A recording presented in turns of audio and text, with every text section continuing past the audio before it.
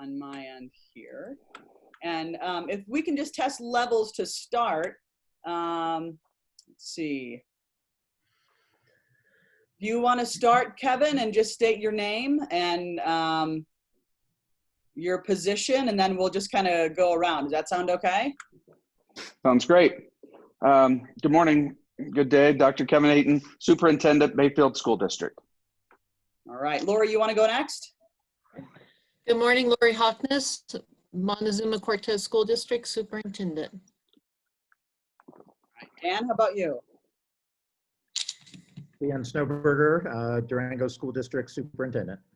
All right, looking good. And Chris? Chris, deKay, Ignacio School District Curriculum Director. Okay. All right, you're looking good on my end. We're going to start this interview off here in 3, 2, 1. Hi, I'm Sarah Flower. Thanks so much for joining us here today on KSUT. We would like, today is a big day. We're having a conversation here amongst different school administrators throughout our region and throughout Southwest Colorado, including Dr. Kevin Aten, the superintendent of Bayfield School District, Chris deKay, the curriculum director for Ignacio School District, Lori Haukeness, the superintendent of Montezuma-Cortez School District, and Dan Snowberger, the superintendent of Durango. Thank you so much, everybody, for joining us here today on this call. Thank you and good morning. Yeah, thank you. Yeah. I've had the pleasure of going through all 4 of these school districts' models and draft plans or plans for reopening. Very similar, I will say, throughout Southwest Colorado. I know some of the bigger cities in Colorado have made this decision to either postpone their start date or go fully remote. And it seems like within these 4 school districts, it's very similar in that everybody is shooting for 5-day-a-week in-person learning. Dan, do you want to start? Yeah, I'd love to just clarify, all of us operate under the guidance of the Colorado Department of Education, and in this case, also the Colorado Department of Public Health and Environment. So last Monday, they released clear guidance to the school districts in the state. And all of our plans are really based upon that. So glad to hear you see the commonality, because again, all of us are charged with following those rules and regulations. Where there is greater impact from the virus, where there's greater outbreak, the guidance from the Colorado Department of Education does adjust what school districts should do and shouldn't do. And therefore, on the Front Range, where we certainly have greater outbreaks, you're seeing a little more restrictive placement. And I think that's good for Colorado. We're at a very vast state, very different scenarios across our state. And I appreciate the fact that we can operate based upon our local numbers instead of react to a national scene. And for Lori, certainly over in Montezuma-Cortez School District, your numbers are even different from the 3 representatives of La Plata County here. Let's talk about how different it is to be in Montezuma and your choices in starting off in full person learning with the option to go remote. It's like what Dan said, is I do appreciate the local autonomy to create, our plans according to, how the virus is affecting our community as a whole. We've been very fortunate in keeping our numbers relatively low, especially with the struggles of our surrounding states. But we really wanted to give the option. We have basically in-person instruction that has a blended learning approach to it, because all of our students for the first time ever will have a one-to-one device. And we wanted to make it as seamlessly as possible if we do need to, convert to remote learning for a week, 2 weeks, or whatever is designated within the context of our community and our plan. And then we also wanted to give the parents an online version that, through CDLS, they will still be students of our district and they'll still be counted as students of our district, but they will have this online option. One of the things that we did as a district, which I'm greatly appreciative of, is, we are educators, we're not health professionals, and that's weighed very heavy on the minds of all of us as administrators, clear down to our staff. And so we actually have an area county health advisory committee that's meeting regularly to go over our plan. And just this week, they'd agreed to meet every week as we move forward with the school year. So I'd have to say that it's really gave the opportunity, but really has focused us into working very, very closely with our health professionals in our community to make this plan come to fruition. And Chris, I would like for you to jump in and talk about Ignacio Schools, and your plan is in place and set and ready for the fall with the opportunity to be flexible depending on what happens. Let's talk to that. Yeah, so I mean, obviously, we absolutely think it's best if we can get kids into schools. I think that's the best possible situation for our kids in a very safe way, of course. And so they'll have two options. It's very similar to a lot of the plans you're going to hear from all the districts. One option is you're going to send your kid to school with safety precautions in place, you know, that highlight social distancing, sanitizing everything, making sure that everything is clean and safe as we possibly can. The other option is the remote learning option. And here in Ignacio, what that would look like is essentially students will Zoom, or what we use Google Hangouts, so that they will use Google Hangouts to go to their classes in the exact same schedule that they would have if they were coming to the school itself. And then they'll be able to access their assignments online. We also are working with the Colorado Digital Learning Service as well, so that we can make that happen. And so we really wanted to emphasize accessing education. And so that's access is what's important to us, along, of course, with the safety. So that's kind of where we're at. We have those two options out here in Ignacio. And Kevin, for you in Bayfield, it sounds like a similar draft plan is in place for your 3 schools in the Bayfield School District. Yeah, our 4 schools. Yeah, we have 4 actually. And actually, yes, it is very similar. Of course, for the online component, for families who want to make that choice, we are also using Colorado Digital Learning. You know, the governor has been able to grant them some funds, and the service we've been getting from them so far has been absolutely exceptional for families who feel like they need an online only option. And as you're hearing from all of us, they can still remain enrolled in their home district. And I think that's a great feature of it. But yes, our plan is a draft. And so we waited for that. You know, other districts and along the Front Range put out all of these plans in lieu of hearing that guidance. And we felt like it was very important not to get out in front of that guidance, put out a draft, put out the 2 options of in-person learning as well as doing the digital solution. And then what we've done is we put that out as that draft, and we've already had over 500 responses. Wow. So right now, yeah, and which, you know, for a district our size with just over 1,400 students and that many families, we feel like we're getting really great feedback. And we've put that out to students, community, as well as our staff. And we're compiling that data right now to come back and look and see if we need some other solution, some other middle ground. This is a time, because none of us have been teachers or superintendents during a pandemic, where I think we're looking for good ideas everywhere. And we've heard, you know, I've looked through some of the data already. We've had parents make some great suggestions. We've heard staff concerns, and I think that's part of the process.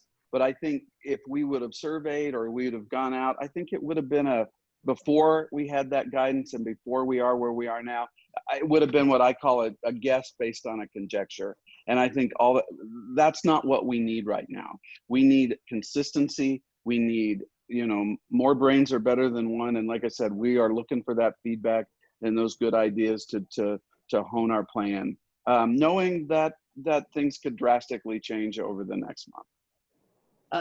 Dan with Durango Schools District, you have the biggest district out of all 4 of these, and it's the only plan, and correct me if I'm wrong, that I saw amongst these 4 districts that have a very clear hybrid model.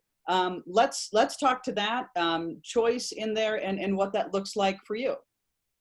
Sure, Sarah. Thanks again for the opportunity. You know, as we went through the pandemic, the 10 weeks at the end of the school year, we did gather feedback on the models of learning. And what we found in our community was some interest in partnering more closely. I think what the pandemic has done is changed public education. Like it or not, it's changed public education for the future. And we've had parents who have said, you know, I kind of like having this greater engagement with my child. And that's not everyone. So again, this isn't a bulk of our district who want this, but we do have families who feel pretty strongly that a blended model, as we call it, or hybrid, is a model that can allow multiple options. It can allow us to lower class size. So instead of the 20 students in a class 2 days a week, you have 10 students in the class, and you're really able to have greater attention, greater focus. Obviously, different planning for a teacher. I'm having to really intently plan new instruction and then set my students up for success to work from home. And so that was a model that our community said we want. And so again, you know, the largest district in the region also has the greatest diversity of thought as well. The more people, the more people are spread across the spectrum. And I think that's a challenge for every one of us, is we're trying to ensure that every member of our community feels safe in what they choose to engage in. And you know, there's lots of movements of don't open schools until there's 14 days of no cases. Can you imagine if we said that with the flu? It's at this point, there's no vaccine. There will be cases. Right now in La Plata County, there's 0.3% of our citizens that are infected. 0.3% of our citizens. Like Lori, Kevin and I and Rocco from Ignacio and Kim from Archuleta School District are on a call twice a week with our local policymakers, our city, our county, our health department, monitoring our data. And so all of our plans are really set to respond to the local needs. And so for that parent who really is terrified that maybe this isn't the time for their child to come back, like all of our districts, we also have the remote option. We are keeping that locally right now. We do have an online school in our district, Colorado Connections Academy, that is a full-time online platform that's a district school here in La Plata County. But we're also offering parents the opportunity of being remote and staying connected to their schools. So there's still a Riverview Eagle or a Park Panther. So they still have that identity, and as soon as they do feel comfortable, they can rotate into school and not be in a different program, not be in a different curriculum, not be on a different learning path. And so again, I applaud every one of our leaders in our region, because this is tough work.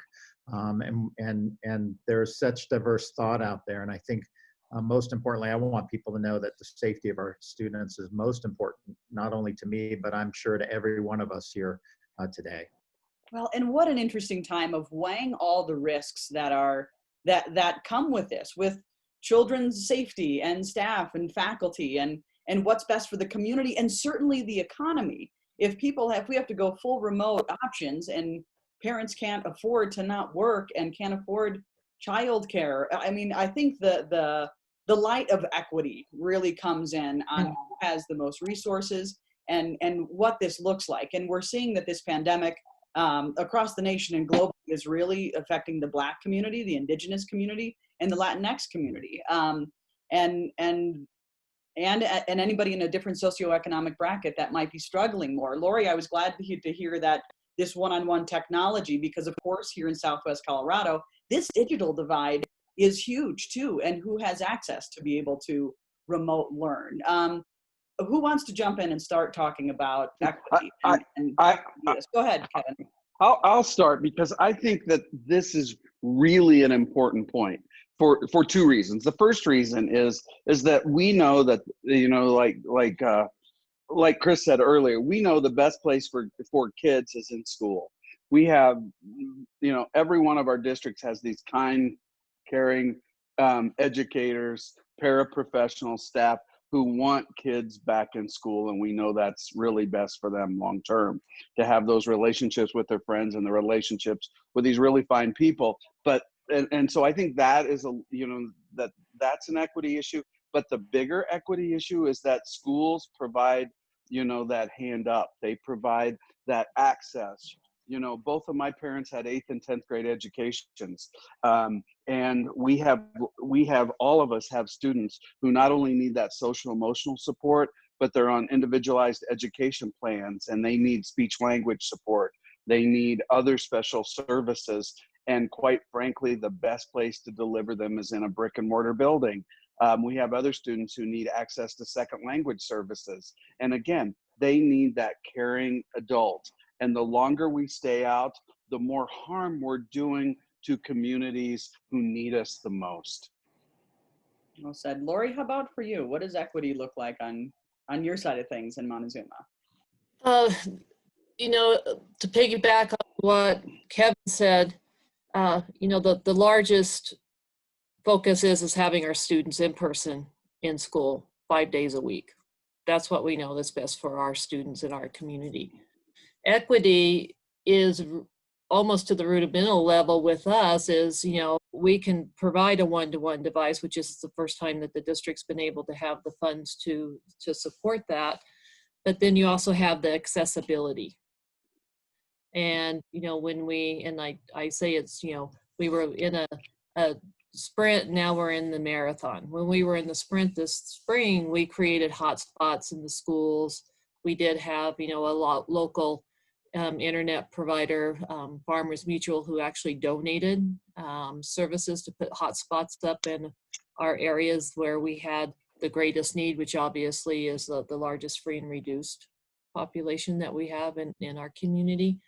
But, you know, as we go into this and be thoughtful is like, okay, this looks great on paper, but in reality, how is this really going to work for our students? And in fact, I have a meeting with our Ute Mountain Ute tribe this afternoon, because that's been one of our greatest areas of need is how do we provide this accessibility to our students in a whole community, let alone, you know, in the context of individual houses.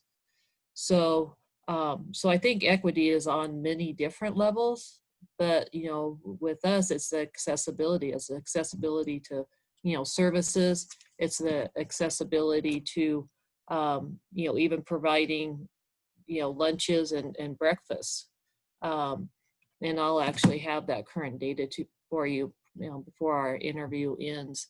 But we served an incredible amount of breakfast and lunches through this whole process. So, you know, we even worry about the, you know, the physical well-being of our students as well as to even get to the educational level. That's why we need our students in school 5 days a week.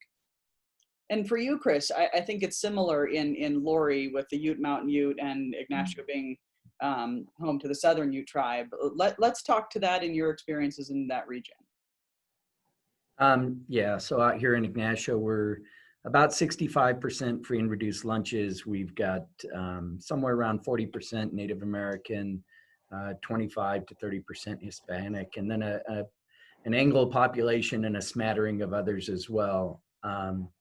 And I think getting right at to what Lori and Kevin already called out, and that is what we would call leveling the playing field. When kids come to school, that has a tendency to level the playing field. We can really work on enrichment. We can work on accommodations. And so that's really important as we move forward. And I think what you'll see with all the plans is you have to put a plan in place that is also flexible enough to change as the situation changes. So that's, you know, that's where we invested some money into access and the fact that kids would actually, you know, still come into the classroom through Google Chats, still be able to interact with their teachers and their peers, and then still go through a semblance of a schedule, even though they're going to be at home. So there'll be virtual attendance out here in Ignacio, which of course we know is important, being there and really having routine and procedure in place as best we can electronically. But of course, access is important. And, you know, like everyone else, you know, really making sure kids who are at home do have Chromebooks, have hotspots so that they can access the internet as they need to. But that's been our focus. And I feel good about the plans in the entire area. I think we're all responding in a similar way and with compassion for kids and their situation and for families who are struggling through this time as well. And Dan, I want you to jump in on this. I know that Durango School District has been working really hard, PC for Kids and things of that nature, to make sure that everybody has the same access. Absolutely. And you know, that challenge of internet access is huge in our rural areas of our community as well. So continuing to explore options there, and really making that commitment to families that if remote is what you need, we're going to do everything we can with local providers to ensure that we can connect you. You know, in Durango, most of our community forgets that 1 in 3 of our kids are from poverty. You know, we drive around a beautiful town, we see beautiful homes, and we think, oh, this is an affluent community.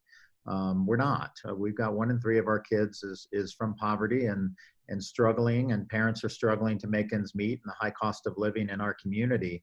And so when people call to shut the schools down, I think sometimes they're forgetting who we serve and how critical it is for those students. We've done summer learning this summer, and I can tell you in the past it's been pulling teeth to get kids to come to school.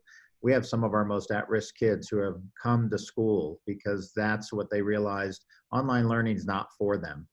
It didn't work, and they've been very open with their summer school teachers as they've talked about the pros and the cons and challenges in their lives of not necessarily just internet, but having a quiet place at home, having a quiet place where they can even concentrate on schoolwork, or juggling that with work requirements and work experience that they're trying to do to support their families. So, you know, we know that in-person is critical. And again, I think our district plan has been, let's serve our families based upon their need. And for those families who are calling for don't open school, please take advantage of our remote options. But please don't make that decision for children who are not in your household, because there are as many diverse needs in this community. Our community is seeing business close after business close after business close. And if we enter the fall without parents being able to know that their kids are safely being cared for and educated in schools, our community is going to suffer irreparable harm. And we've got to do it, and we've got to do it safely. That being said, we have to do it safely. And so, you know, our plan includes everything that I'm sure every other district plan includes, which is social distancing and masks and anything else that we can do to ensure the safety of our children. And with the research, we know children are less likely to communicate the disease, or less likely to contract the disease. And so we continue to encourage our teachers to think about their own personal responsibility. You know, we're the problem. Adults are the problem. We are the ones who are catching it. We're the ones who are communicating it primarily. And so we have to be smart about how we return to school in this new world of COVID. And again, getting our kids who are most at risk back into our schools is the best tool we have to ensure equity and ensure equity of access. Well, and Dan, you kind of touched on it, but it's a privilege to make that choice. Not everybody can make the choice to stay at home, and that their families and their livelihoods depend on schools and getting back to it. And the safety is weighed in. I don't know that there has ever been a time where it is this much weight on our economy, and what that looks like for children's health. And yes, education is important, but the social component, with 2 small children myself, social distancing is challenging, and keeping that space is, I wonder what and what you guys are doing is like 5 years old through 18 years old, and the ability to do that, and the social component.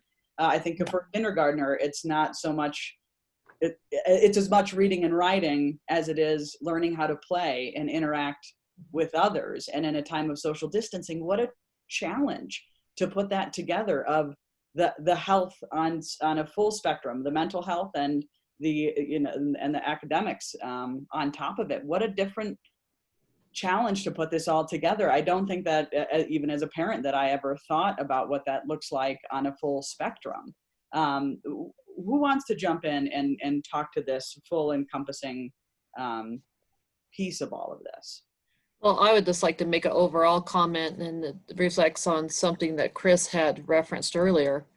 Is really, you know, there is not a concrete direction or a right answer or a wrong answer. And so this year is just really about flexibility and adaptability.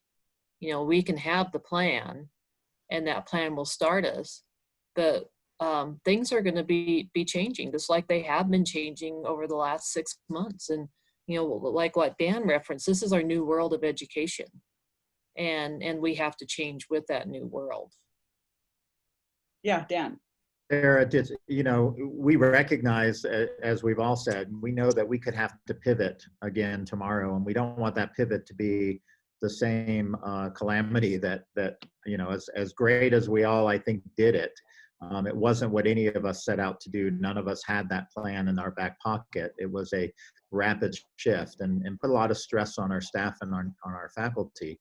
You know, we are implementing a learning management system, It's Learning, here in Durango, because we had lots of feedback from parents that, well, this child uses Google and that teacher uses this and that teacher uses this. And I just want to be able to help all of my kids and not have to learn 12 systems. And so, you know, we are actually moving forward with implementing It's Learning as a learning management platform. Our teachers will use it for their planning, for delivery of resources, because we know that, let's say, heaven forbid, the first day of school, we have a case that tests positive in a classroom. That classroom will close and go immediately to remote the next day, out of just sheer precaution for all involved.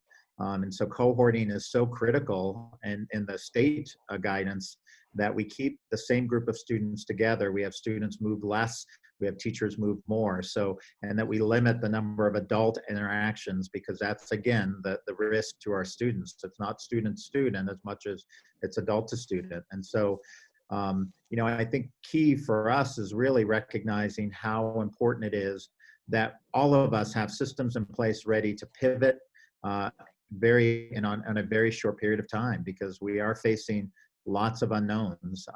And our hope, I think all of us hope that, you know, our cases in our local community will plummet, will begin to drop, and that we won't see that impact. But I think all of us and our parents need to know that too, that, you know, we will respond to the local data, and we'll do what is best for all students.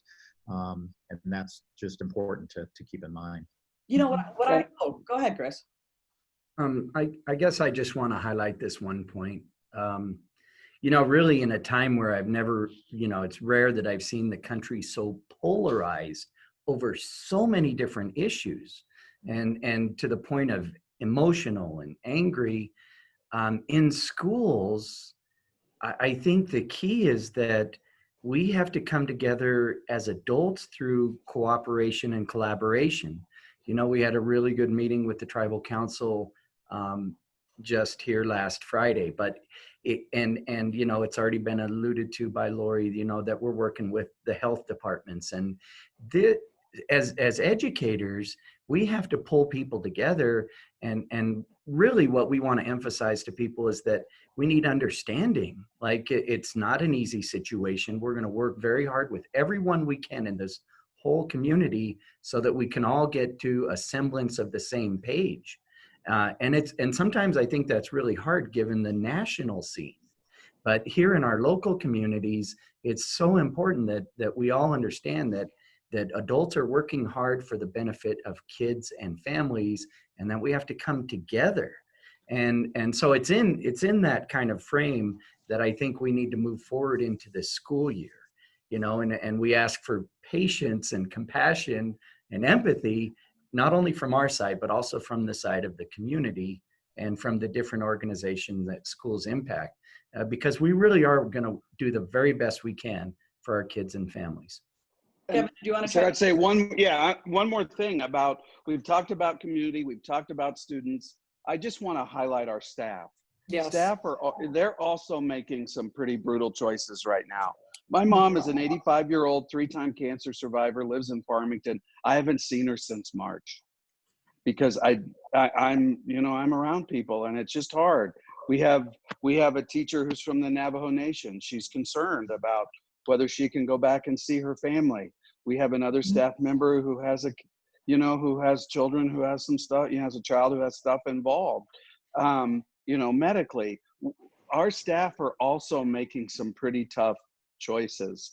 And yes, we all know that we want kids back in school, we want staff back in school, but we're also going to have staff who are going to make some tough choices and who may, quite frankly, decide also to take a seat on the sidelines for a while. And that's going to have an impact.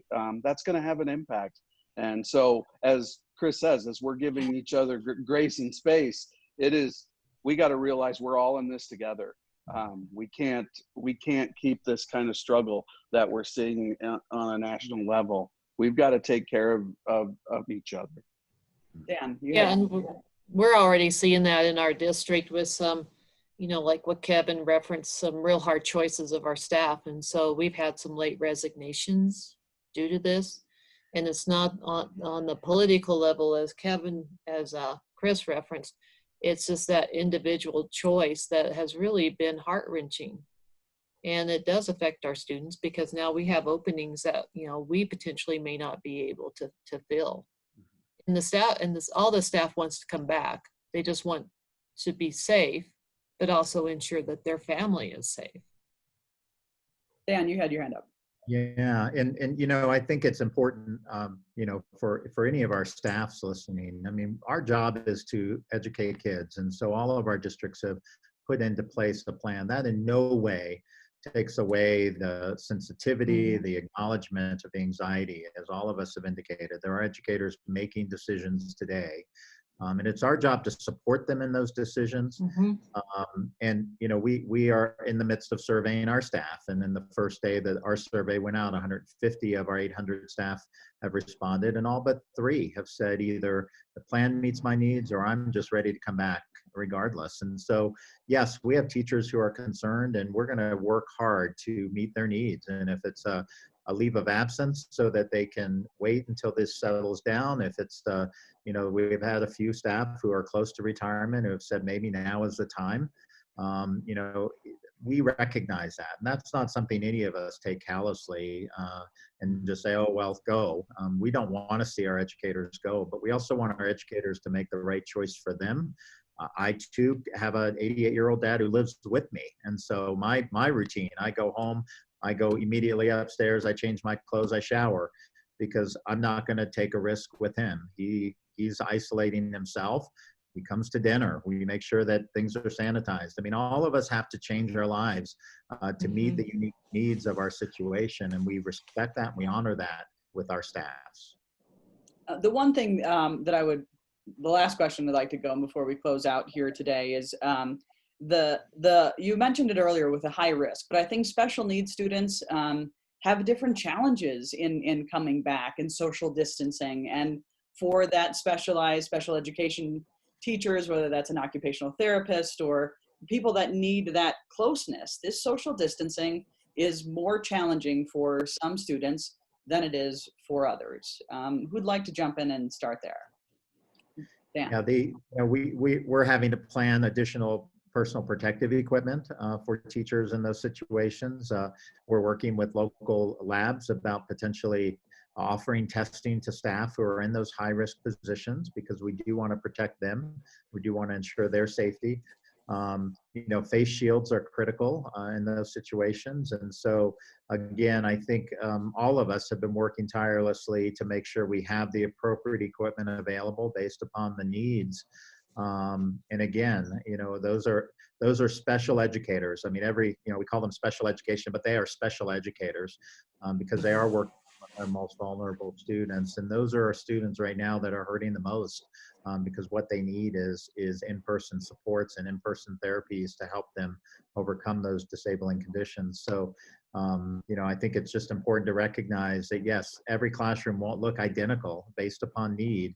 There'll be additional PPE, there'll be additional safety measures, additional resources to ensure the safety of both staff and students. We had a dad speak at our board meeting the other night during public comment, and he talked about, very passionately about his daughter and why she, and yes, she has an individualized education plan. She has some special needs, but I think what I heard was his heart begging us to get back in school. He knows his daughter needs these special people that Dan spoke about. And he touched my heart, and I think he touches that story. Those stories, we all have them, touch us deeply, because whether a kid has an IEP or not, it doesn't matter. We know the best place for kids is back with our incredible educators. Lori or Chris, you want to chime in on that? No, I guess I would just echo what everyone has kind of said about staff. Like the true appreciation for the staff. Like, these plans didn't happen by accident. We've had a lot of teachers and we've had a lot of input, people coming together to try to put some things together that make sense, that will keep people safe, but also respond to access to education so we can continue to focus on academic growth. So I shout out to the staff and the amount of time that they put in over the summer to really try to come up with something that makes sense. So it's been good. Lori, for you?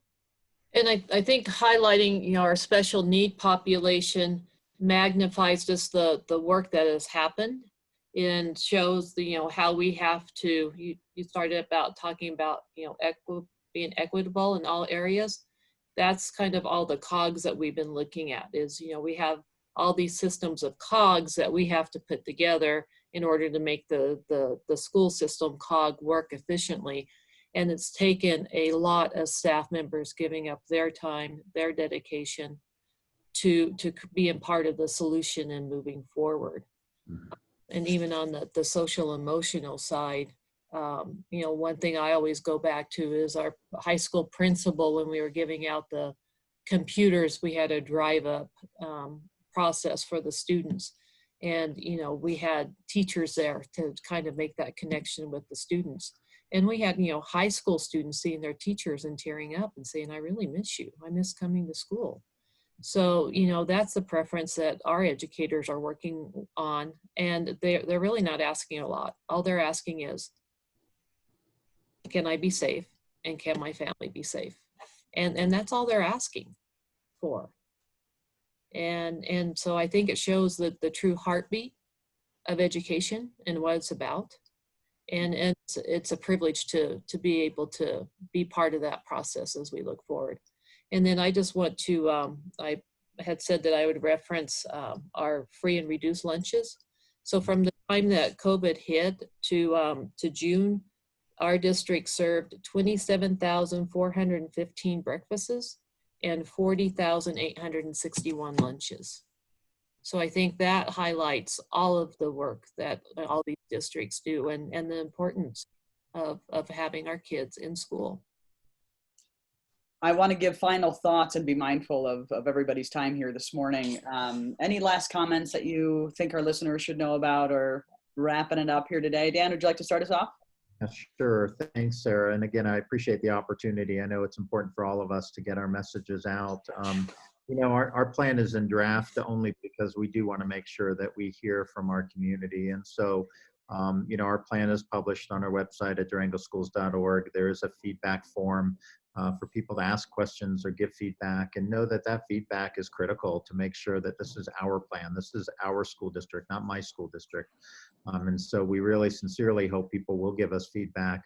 Like Kevin, I looked last night and we've had almost 500 members of our community already weigh in, and that's great. So we do want that feedback to keep coming. We have teacher sessions on Thursday to continue to gather their thoughts and feedback after reviewing the plan as it's been now presented. And so just for our community to know, keep weighing in, but know that you have a choice. And all of us are offering choices, and we hope that you can make the right choice for your child and know that other parents are charged with doing that for theirs as well. Chris, for you, final thoughts. Really just thankful for the opportunity, Sarah, to kind of speak and to voice some of the issues that we're facing, but also to really emphasize we're in it together. And as adults in our communities, we need to stay in it together and we need to work together. But thank you for the opportunity. And Lori, for you. I would just like to thank all the feedback that the community has given into our plan. It's going to go before the Board of Education for approval, but knowing that it's about adaptability and the flexibility and moving forward. And that, you know, we will have multiple venues for feedback from parents as well as staff. We actually have town halls scheduled tomorrow to discuss and have Q&As for staff and community and parents on the plan. But just know that the health and safety is at the forefront. I think that's more of a focus right now than the educational process, and we will have the educational process there. But just know that health and safety is at the forefront in all of our decisions and planning. And for you, Kevin? I'm very much like Lori. I appreciate all the feedback that we have from, you know, I did a video staff town hall to all the feedback we're getting back on our plan. We're going to make additions and changes, you know, and tweaks as we go forward.